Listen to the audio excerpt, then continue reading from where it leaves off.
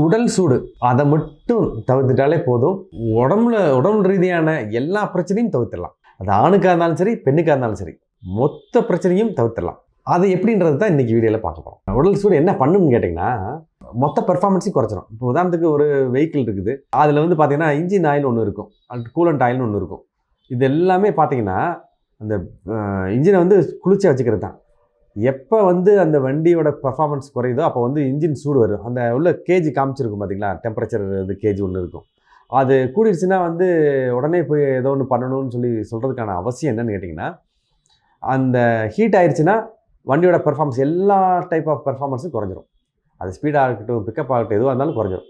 So அப்போ மனிதனுக்கும் அதுதான். இந்த உடம்பு சூடு ஆயிடுச்சுன்னா முதல்ல வந்து நடக்கிறது வந்து என்னென்னு கேட்டிங்கன்னா,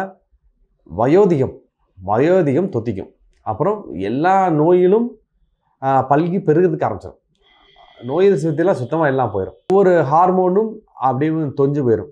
ஸோ அப்போ இதெல்லாம் போச்சுன்னா தாம்பத்தியம் சொல்லவே வேண்டாம்.